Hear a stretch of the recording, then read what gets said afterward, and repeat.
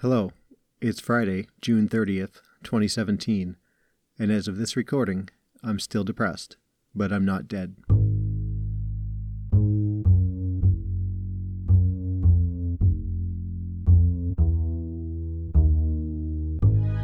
Wow, you guys out there, I am so honored, I am so surprised, I am so, I don't even know what the word is, but that's me. I am it. June has been a very busy month for podcast downloads. There's been to date, as I'm recording this, what time is it? About 10 p.m. on Thursday the 29th, 893 downloads of the podcast this month. And keep in mind that's spread out over, 41 episodes now. But by far, probably at least twice the busiest month I've had before this.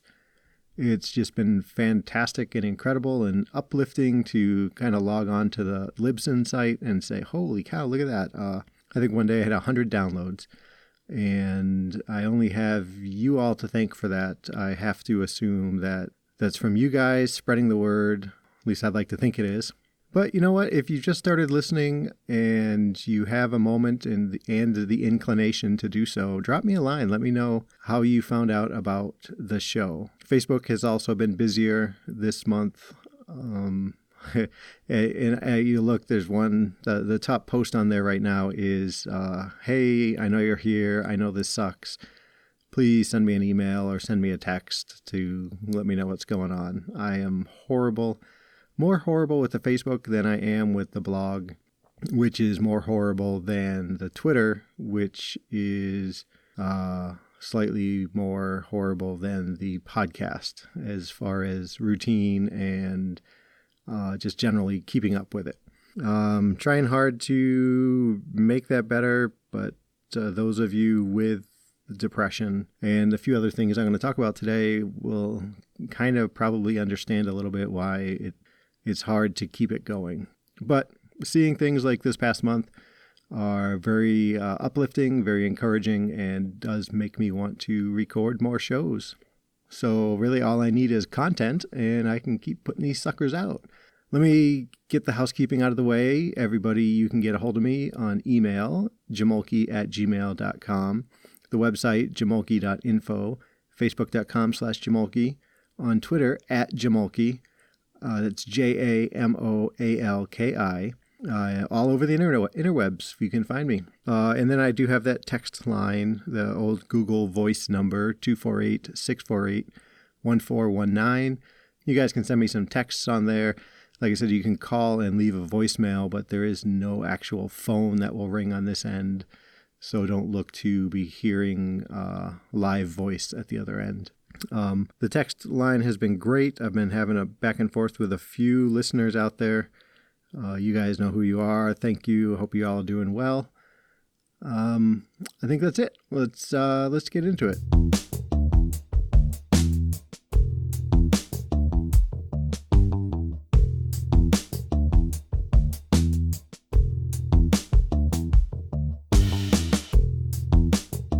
So I mentioned about the MMPI evaluation that I did several weeks ago. The last, I talked about on the last regular episode how I had gone in and talked to Dave, and he kind of went over it with me and told me he would have a full report and he would mail that to me at home and also give a copy to Alex. And I think I'm going to get a copy to my psychiatrist. I just had that idea. Let me take a note here. Yep. Okay, so I'm going to do that as well. And I hadn't received a copy here yet at the house. I did see Alex just yesterday, and he was able to pull it up and give me a copy, and I've looked it over. Pretty remarkable, kind of the information that's in this report, and seeing how much of it just, well, one, the insight, I guess it's insight. I don't know. It's not. Insight sounds more artistic than scientific, but just I will say insight, just the insight that this report has into me. It's almost as though it knows the full me better than I do. Everything I read in there is, oh my gosh, yeah, that's me. That's me. Oh yeah, I forgot about that. That's me. So I told you guys I would go through a little bit with you. I'm going to try to put some links in the show notes if I get show notes up, kind of linking to some discussion on the MMPI and the parts of it. I was unable to find an actual copy of the evaluation before I went in to do it. And maybe I can find it. Maybe somebody out there can locate it for me and send me a link.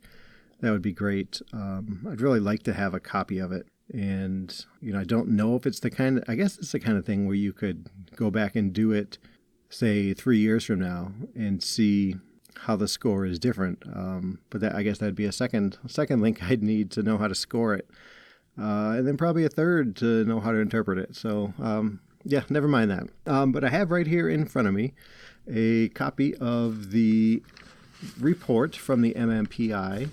And sorry, real professional. You can hear my papers shuffling here. And I thought I would go through and just mention a few things that showed up. So, every time I go to see Alex or see anybody in that office, I fill out a PHQ-9, which is a self-assessment ranking depression, major depressive disorder. And I suppose I just never looked it up. But on this report here, it shows that my score that day was a 19, which I think is about what I score every time I see Alex. There's 9 questions? Oh, there's a train going by. Hang on.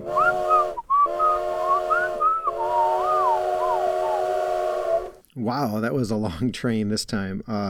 So where we left off, the MMPI, results from it, things that were gleaned from filling out this assessment. So I was talking about the PHQ-9 ranking, scoring at a 19, which is in the moderate to severe range for depression. So nothing really eye-opening there. That sounds pretty much like me, as most of you should know. And then part of it was a Zung anxiety scale. And my score on that was a 59, which, surprising to me, I guess less and less now, I'm starting to recognize and accept a certain amount of anxiety in my life. But I scored a 59, which is in the high to moderate range, moderate to high. High moderate is what it reads. So I guess not too surprising there, though the anxiety feelings are not something that I've really focused on or maybe even understood. And as I was reading through the remarks in this report here, it became clear to me that, yeah, I do have a certain amount of anxiety in my life. And so some of the things that we talked about was, like I said, I went in for a first meeting with Dave, and we just kind of chit-chatted for 45 minutes.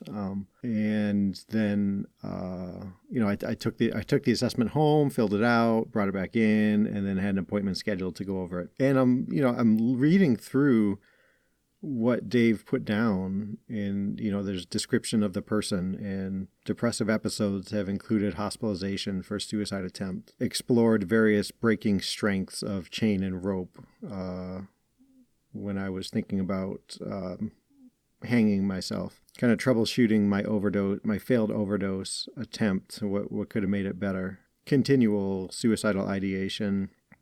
Talked about the cruise ship when I was looking for, a place to jump off.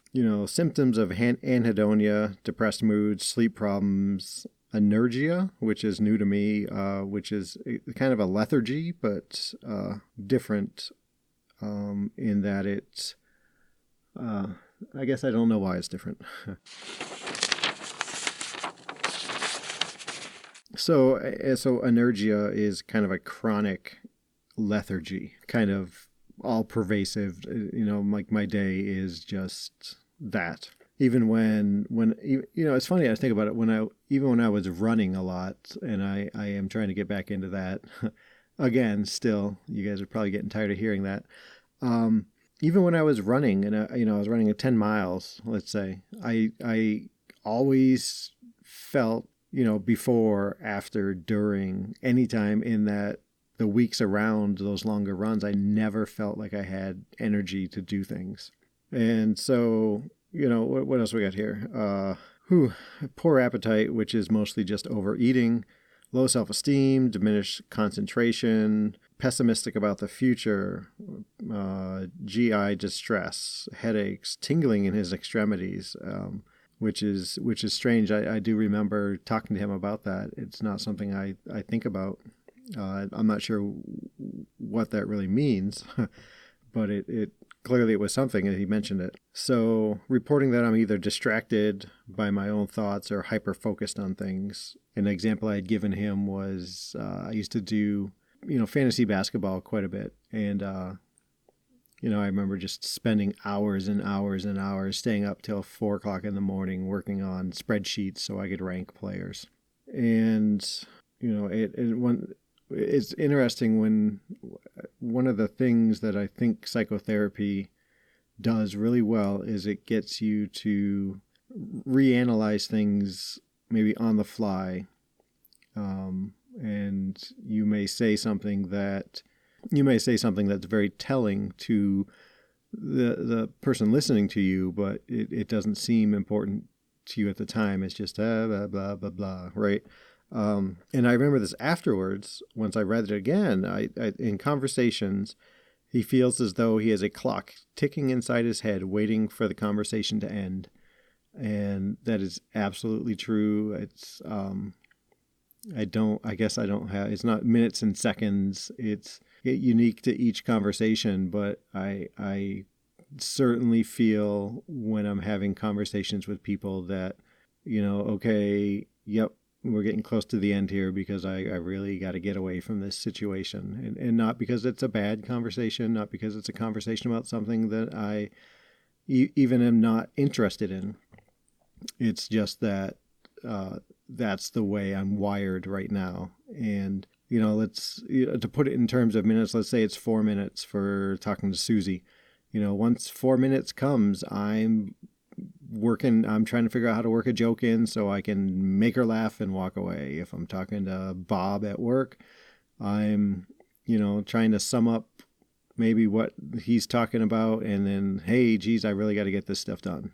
And there's anxiety focused around that because I do feel that kind of building up as a conversation moves on. Sometimes it's probably only 30 seconds, 20 seconds. Rarely, I think, would I ever have a conversation over 5 minutes one-on-one. And for sure, if there's more than one other person in the conversation, I'm doing all the listening and not really adding anything. Maybe a knowing head nod or a smile at something that's funny. But yeah, and I hadn't really thought about it that way. I guess I did a little bit because I'm all over the place here. I mean, I guess I have realized that I don't enjoy the conversations and that I try to get away, but I hadn't really registered it as kind of a countdown clock of some sort that I guess varied from person to person. I don't know, this sounds like a whole lot of gibberish as I'm saying it here, but maybe like the psychotherapy, it's making sense to someone out there. So then we get into the meat of the test results. And it starts off saying that, I answered the test items in a consistent manner. And I talked about that a couple of shows ago, how it was important to have the test set up in such a way that they could tell that I was being consistent with my answers. So it shows I was paying attention and giving my full attention, as it were. So it says, as a quote, his profile elevation suggests that he is under considerable psychological and emotional disarray. His profile is marked by an atypical number of problems that could indicate either severe psychological difficulties with credible symptoms or possibly reflect over-reporting and system exaggeration. And my only kind of retort to that last bit is I felt like I was holding back when I was taking this assessment. I didn't shy away from answering anything truthfully, but I pulled some punches when it came to happens all the time, happens some of the time, doesn't happen often, rarely happens. I pulled some punches from usually happens, Mark, bring it down to often happens, or whatever the words may be. So that's significant for me, and I am looking forward to talking with Alex about that some more. He hadn't actually seen the report when I saw him yesterday, so we both agreed that we'd look it over and talk about it next meeting next week. So then we get into some kind of predictive measures of the assessment, where it's stating things that may be personality traits or may be anxiety producing events. It's typical of such and such. And then one of the few of the things that stood out is he's likely to feel overwhelmed and feel powerless to change circumstances in his life. And that goes along with, I mentioned a long time ago, an app I have on my phone where I answer questions. And I think I went through and read every question and gave an answer during that show. And there was the one question was, do you feel trapped? And yeah, I absolutely do.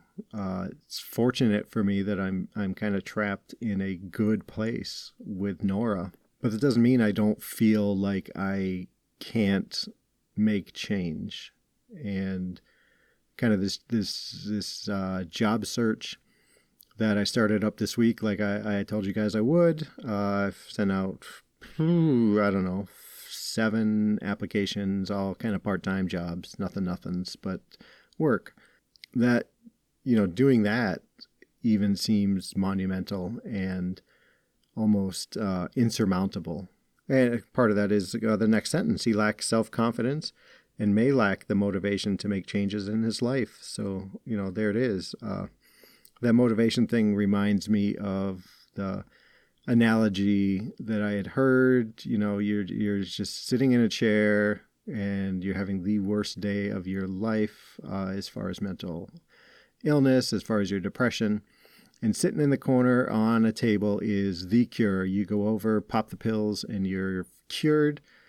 And you say, oh, it's too much trouble to go get. That's the kind of mind-twisting, irrational thinking that depression can bring. So yeah, I don't have confidence that I can win the world anymore. And I guess, saying lack of motivation really is maybe overly negative. When I hear that, I think of, parents talking about their no good, lousy teenage kids who have no motivation to get anything done. It's not that I don't want to have the motivation. And I lately with, I got to talk about the Abilify and how the changes I think that's bringing.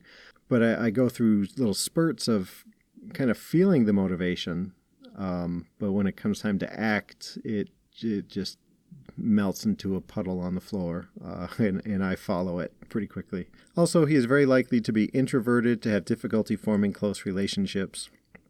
That is absolutely right on with me. I've talked about my very good friend Dave, friend of the show, Dave, who's been on. He is, outside of Nora, he's my closest friend. And, a conversation I was having with Alex was, Dave is, terribly valuable to me. And, I love him. I care for him. He's a great guy. But when we talk, he's the giver of stories and I'm the receiver of stories. And he shares a lot more about himself than I share about me. And I think one of the things that makes Dave so great is I think he doesn't get it, but he gets it. He knows this is kind of JP's thing, and maybe he wants to know more and hear more, but he gets it, and he gives me that space.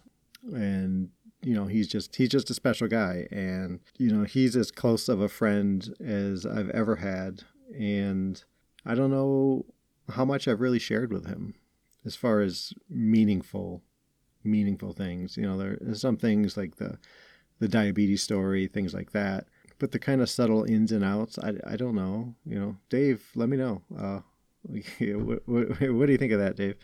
Do you feel like I'm holding you at arm's length away, even though I think we have a very committed friendship. Yeah, that's enough of soap opera digest for Thursday.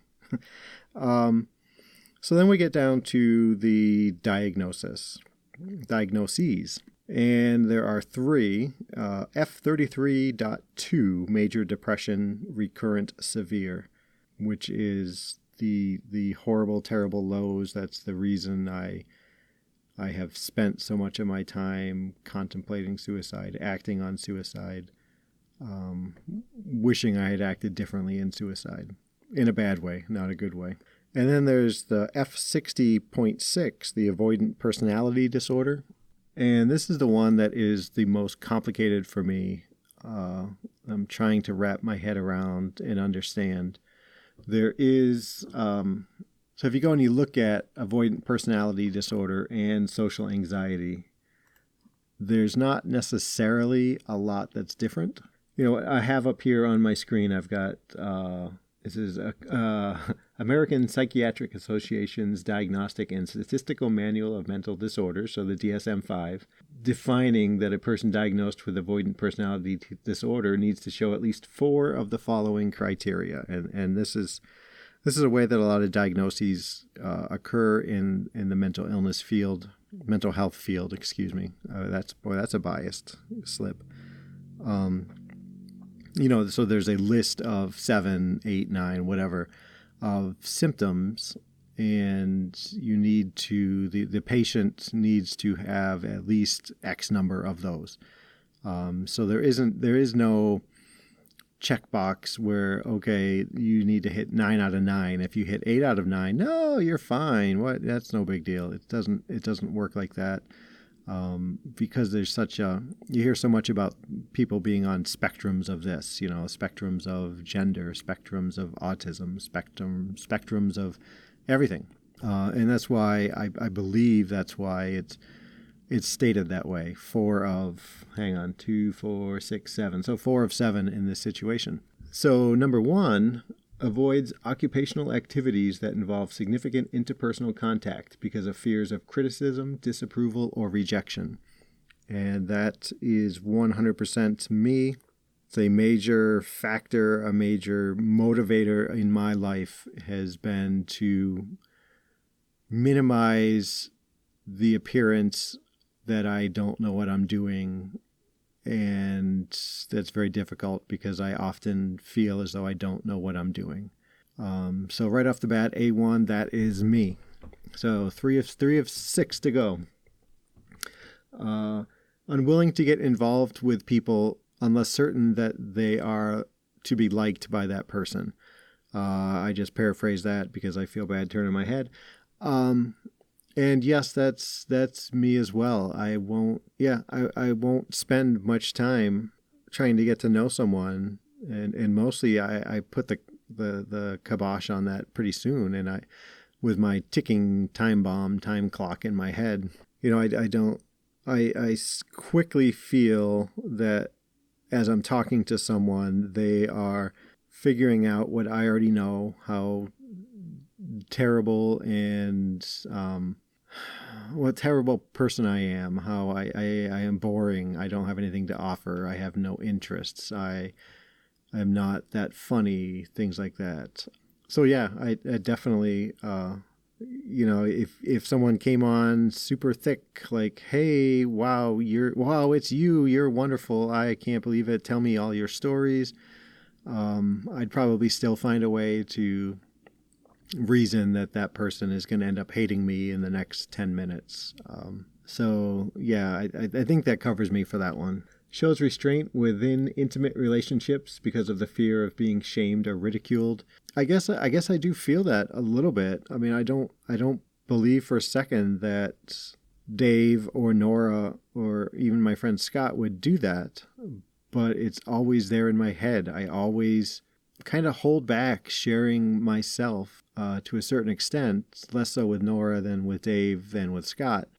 But yeah, I do that. I kind of hold back parts of myself because I in my head I'm worried that they're gonna say, "Holy crap! What?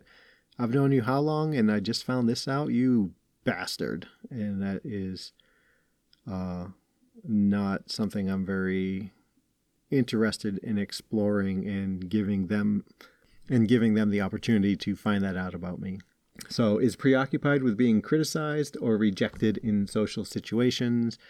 A1 plus plus plus, that is me. Nothing more to say about that.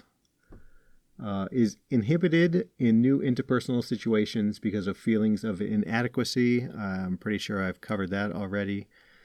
So we're at, 5 out of 5, folks. Plenty enough to fit this diagnosis of F60.6, avoidant personality disorder. Just to finish off the list, views self as socially inept, personally unappealing, or inferior to others. There I am, sign me up. And then is unusually reluctant to take personal risks or to engage in any new activities because they may prove embarrassing. Yeah. That is absolutely true. Even if I'm trying a new task by myself, with nobody else even knowing that I'm doing it, I am worried of embarrassing myself. And that just kind of clicked off in my head that I have secrets, and they're not secrets like you might think, like I am keeping a horde of rabid gerbils in the basement or something like that, that if I've got a plan for something like, hey, something special I want to make for dinner for Nora and the kids, I won't tell them about it because I'm afraid that expectations will get too high. Yeah, and I got to explore that a little bit more. That's interesting. So anyway, those are the 7, and I would say I hit 7 out of 7. Yeah, that covers that. And then F34.1, persistent depressive disorder or dysthymia. And I've mentioned this a little bit in previous shows and even on the last one, I believe. So that's what keeps me feeling like garbage, just depressed all the time. That's what keeps me at a 1 or a 2 when everybody else's average is a 6 or a 7. Right?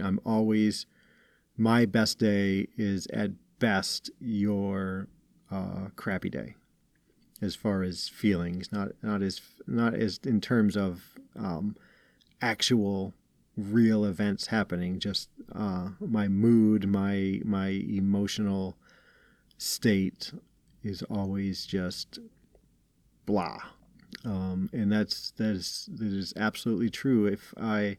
One of my favorite shows has always been Whose Line Is It Anyway? And I can watch that, and there are scenes with Ryan and Colin, Ryan Stiles, Colin Mockery, 2 amazingly witty and funny men. And there can be something on there that is so funny that I start to laugh. And then as soon as that passes, I am just blah. Did you get that? So yeah, I mean it's just always there, and that's something that well, let's segue into the Abilify, because I did want to talk about that a little bit. So I've been on it for 3 weeks now, so we're about halfway to that kind of Goldilocks zone of 5 weeks, 6 weeks when new medication is at its, full potential in your body. And, I don't have anything else to attach it to than the Abilify, but I feel more social. I've, reached out to more people online, Twitter and whatnot. I'm less likely to kind of get down on myself every second of the day. Maybe every 2 seconds, and I feel a little bit more drive. And this is a big thing for me to say here on the show, because as I just talked about, I'm so very worried that me saying this will raise expectations for others that I can't possibly fulfill. And, yeah, we'll see. I might cut this part out. We'll see. Yeah, in a nutshell, with the Abilify, I think there's good stuff kind of gonna happen. I'm hopeful. Let's leave it at that. So let me get you caught up real quick. I went to Cape Cod, Massachusetts, here in the United States. And a few things to take away from that trip. I never, ever, ever felt comfortable on that trip. And I do not know why. Nora, we stayed with Nora's dad and her stepmom, and they are both fantastically wonderful people. Anytime I asked, hey, can I do this? They're like, oh, absolutely, go ahead and do it. Nora's dad, once again, pointed out how he feels I am so fantastic with kids. I didn't know what to say, so I just said thank you and started eating my food some more. But I just never felt comfortable. I felt, it's the first time I've noticed, probably in a long time, if not ever, that I just felt tight, like in through my stomach and in my chest and my shoulders. And it was impossible for me to relax. I don't know why. And part of it, I kind of blame isn't the right word, but I blame the kids. I had 4 kids with us, 13, 12, 11, and 11. Now 13. My Mo had a birthday. She is 13 now. Woohoo! But I generally, when there's kids around like that, especially kids that I care for, I want to make sure they're doing okay, that they're having fun or they're engrossed in something or involved in something. The weather wasn't the best. It was the day we got there, it rained all day. The ocean temperature was about 60 degrees. So for those of you in Australia, Kate, that's probably 15? What's that? Double it and add 30 is roughly, so 30, 60 minus 30 is 30, half of that is 15. So around 15. Pretty cold.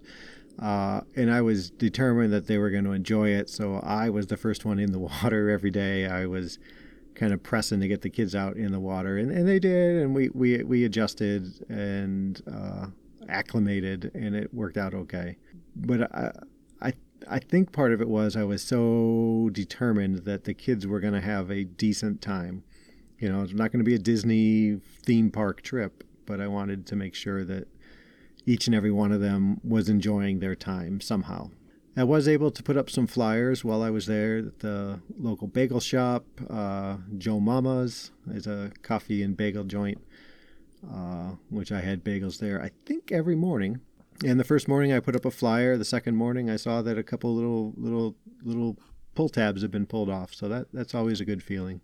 And the other big part, which started, I guess, the day we left to go on the trip out towards Michigan and then on to the Cape, is my sleeping has been just abysmal. Getting to bed 10 o'clock, 10:30, and waking up every morning no later than 4 o'clock, and I'd be up. I think one morning I probably dozed back off a little bit and woke up at 5, but that's held to where we've come back now. I've been back here in Minnesota for 2 nights, and I've been up at 5 both mornings here. Nora's out of town, so usually what happens with that is that I tend to shut down more and spend more time sleeping or just kind of moping in bed, and that's not even happening, which is good, right? It's not ideal that I'm not sleeping, but it's not so bad, I guess. So yeah, I don't know what that's about. I'm looking ahead. I'm taking suggestions for kind of morning hobbies of sorts, because I guess if this is gonna be the new me, I mean, let's say it's the Abilify, because that's the only chemical newness in my life. So let's say that's regulating my sleep better, and I really only need 6.5, 7.5 hours of sleep. Then I need to find something to do in the morning. I can't just be rolling around the bed, waking Nora up. We'll see. Wow, I just feel like this is a big laundry list of blah, blah, blah, blah, blah, blah. This is why I need you guys to help me out. Come on the show with me. We can do like a phone interview or whatever and get a little bit of back and forth going. So please, please, please consider it. I just reached out to somebody else who has a podcast, and we're going to try to do a little something. He often has guests on his show, and I'm hoping we can do a one-on-one. I lend my voice to his, and he lends his voice to mine. So we'll see. Oh, and so the other thing remarkable, I guess, from the Cape trip is the second leg of the trip home, which is, when I've left my girls at their house and I'm on my way back to Minnesota. And that's usually so fills me with such despair, and I'm so despondent after that happens. And I didn't feel that this time, which is good. I don't know. I imagine that it's good, but a big part of me is worried that that doesn't mean that I'm maybe improving mentally, that maybe it means that I am deteriorating emotionally, that I don't have those feelings anymore. So I'm not sure. I'm not sure what that means. But it's decidedly different from every other trip that I've taken. So good or bad, it's something new. And so, yeah, I think I've rambled on enough here, as I normally tend to say. We're going to be pushing 40 minutes maybe with this bad boy. Yeah. Oh, you know what? I wanted to leave you guys with a little, not fictitious, but kind of not particularly accurate mathematics. So avoidant personality disorder is estimated occurs in 2.4% of the population. Major depressive disorder, about 6.7% of the population. And then this dysthymia is the lowest at 1.5% of the population. So in tongue-in-cheek, if we want to put that all together, then that is a 24 thousandths of a percent of the population has all three. That puts me squarely right in it. So yeah, 24 thousandths of a percent, which if we look at it a different way with the law of large numbers, it still puts about 864,000 people in the United States who are just like me. And, I say tongue-in-cheek because obviously if you have major depressive disorder, you're probably more likely to have dysthymia. If you have avoidant personality disorder, you're more likely to have major depressive disorder. So it's not a straight calculation like that, but it was interesting to work that out. So yeah, I am special. Me and my fellow 863,999 folks, we are all we're all the same unique snowflake. So there we have it. So everybody, I mentioned it there. I went off a little bit asking, I'm looking for some partners either with the blog or Facebook or on the show here. Maybe you just have a story you want to share and you're not comfortable speaking it. You can send me an email and I'd be happy to kind of go back and forth with you with it and get it to a point where we can tell your story with my voice. That would be fine as well. But yeah, it's getting late now. I need to, I'm going to be up at 4:00, so I need to get to bed as early as I can. So thank you everybody for listening. Thank you for sharing the show. Thank you for spending time in each of your days to listen to me. It is very humbling to know that people do take time to listen to me and enjoy listening. So thank you everybody. Till next time, be safe and be well.